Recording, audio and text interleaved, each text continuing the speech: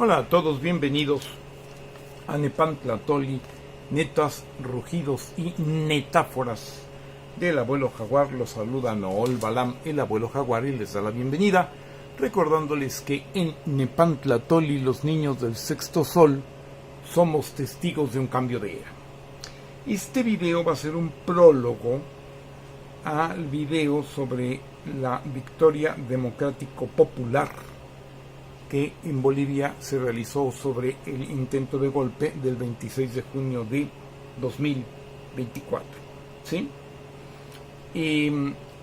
Quiero enfocar esto porque a lo que voy es, en general, no dejarse llevar por todo este, en realidad, morbo de los medios que nada más nos hace ver cuando hay algún desastre en algún lado.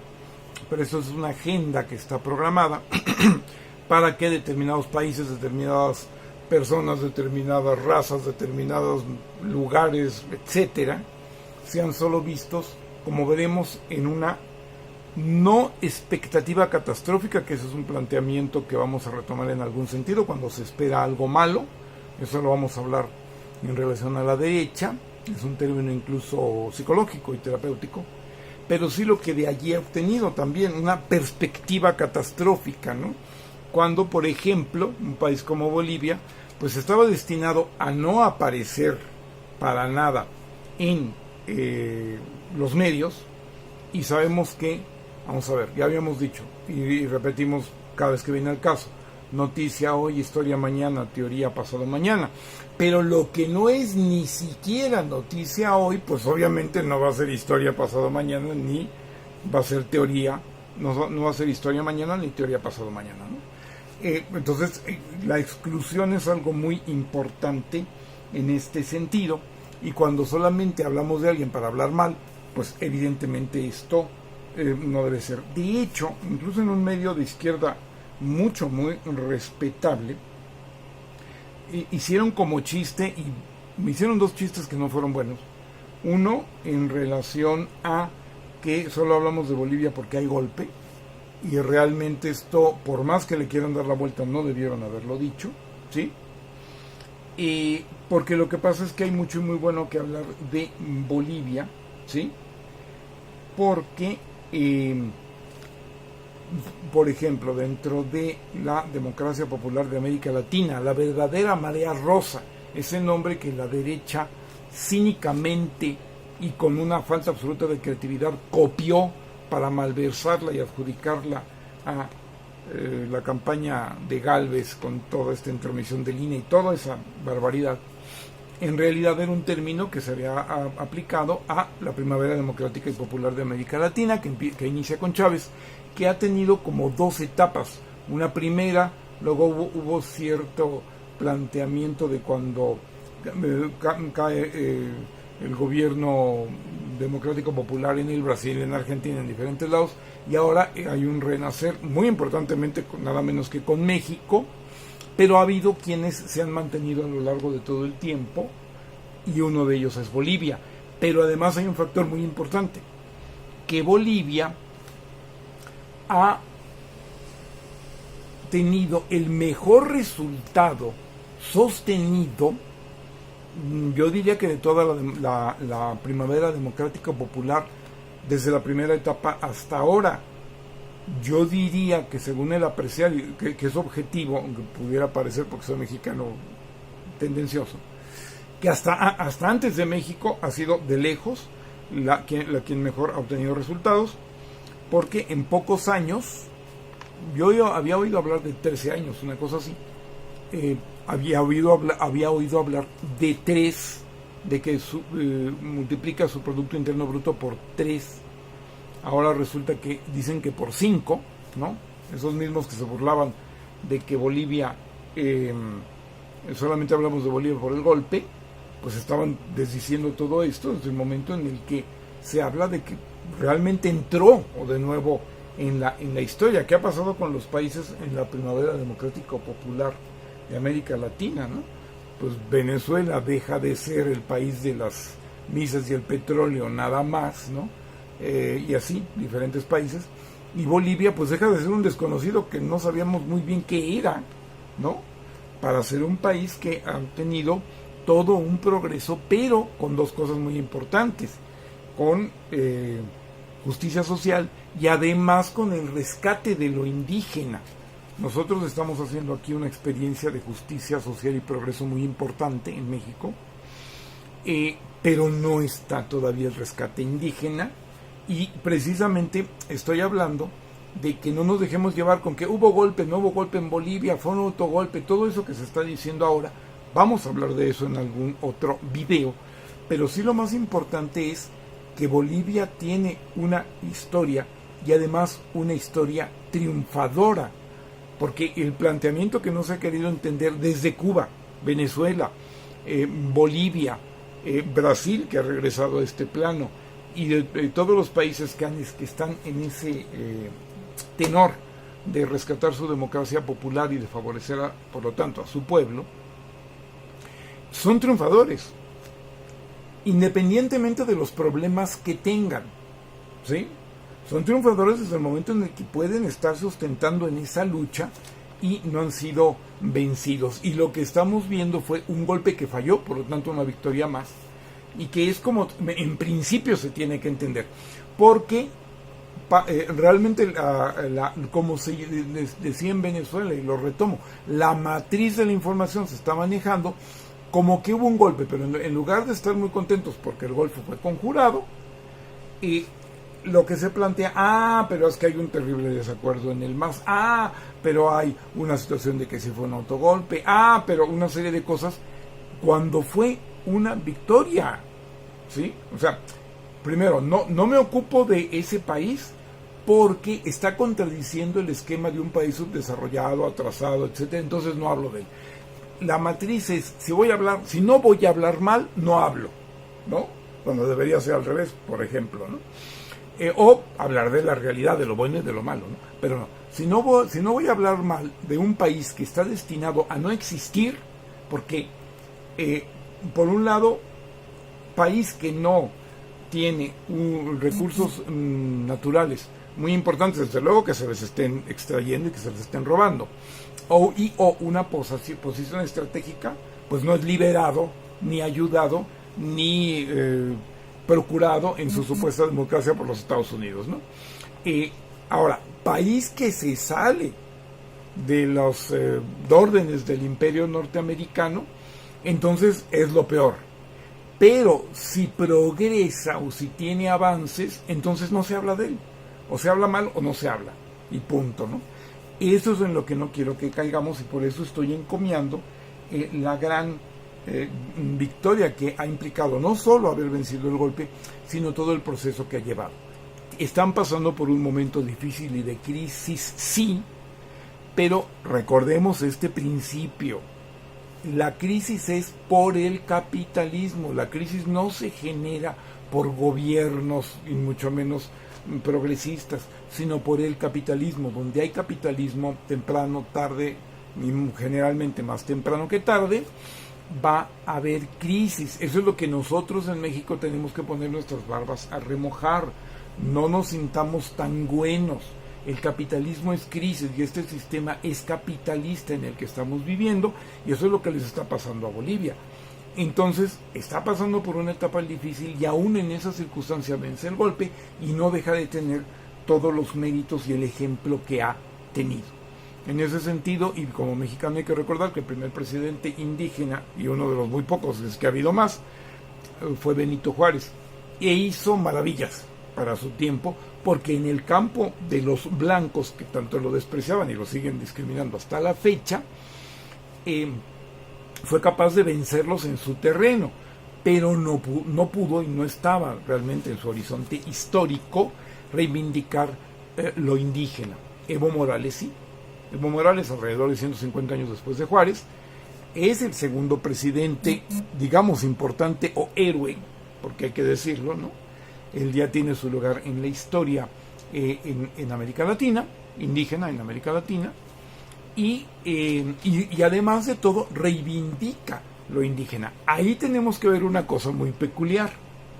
Nosotros diríamos que el Perú, Bolivia y no lo tenemos muy cerca y no le hacemos ningún caso y está mal. Guatemala son los países con mayor población proporcional de indígenas en América, ciertamente, ¿sí?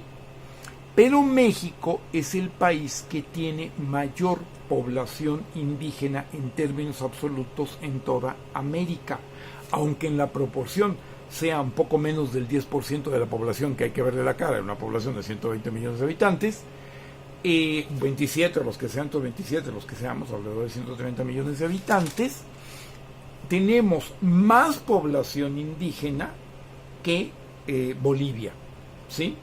Entonces, la reivindicación de lo indígena en nosotros, teniendo en cuenta de que son los habitantes originales de esta tierra, la tenemos pendiente. Hay que tener eso muy claro.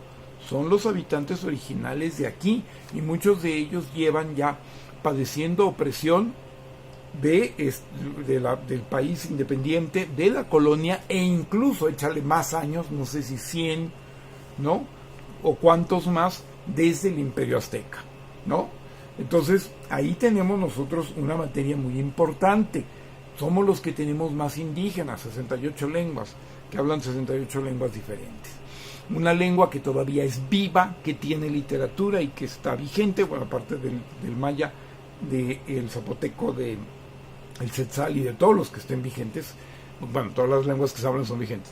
Pero una lengua culta, no muerta, además de todo, que es la lengua náhuatl, es decir, la lengua mexicana. Nosotros tenemos que recordar que no somos como otro país que se le puso un nombre porque así lo designaron los europeos y que en el escudo tiene una cosa que se les ocurrió simbólicamente, que es muy respetable y que así sucede.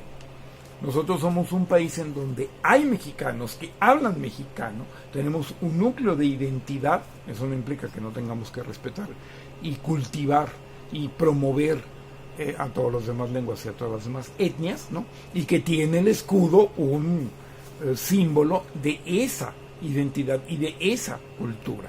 Entonces, por ahí hay algo también muy importante de que cuando hablemos de Bolivia, volteemos a ver a México, porque esa grandeza también nos compete de manera muy, muy directa. ¿Sí? Yo no había hecho, yo viendo los cálculos para poder hablar de algo más o menos documentado, estoy viendo que tenemos el doble de habitantes de Bolivia. Más o menos el total de habitantes de Bolivia entre indios y mestizos es alrededor de la cantidad de indígenas que tenemos nosotros en México, ¿sí? Hay que verle la cara a eso y tener eso muy presente. Bueno, ahora, en un momento determinado, sí hay que ver algo también importante, ¿sí? En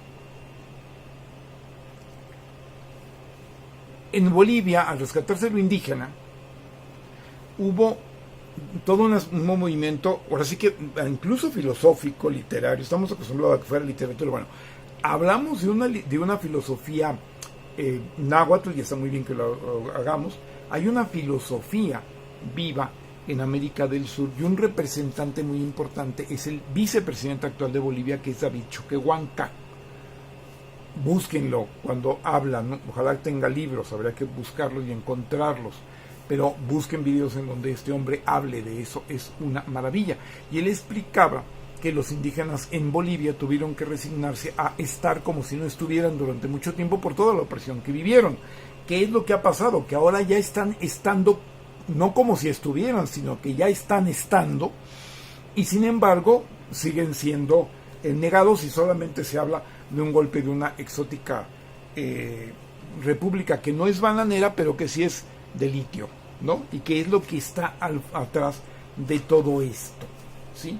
Entonces, en ese sentido, nosotros tenemos que estar muy pendientes de lo que implica esta situación. Ahora, en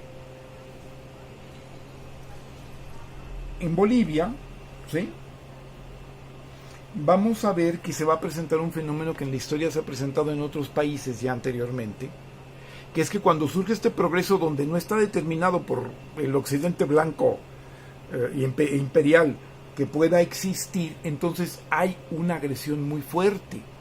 Y esto se sufrió, por ejemplo, en Paraguay, que es muy olvidado, en la guerra de la Triple Alianza, nada menos que de Brasil y Argentina y Uruguay contra el Paraguay, que se libró entre 1864 y 1870, en donde prácticamente la población masculina sufrió una baja terrible, y ha sido algo de lo cual Paraguay hasta la fecha no se acaba de recuperar.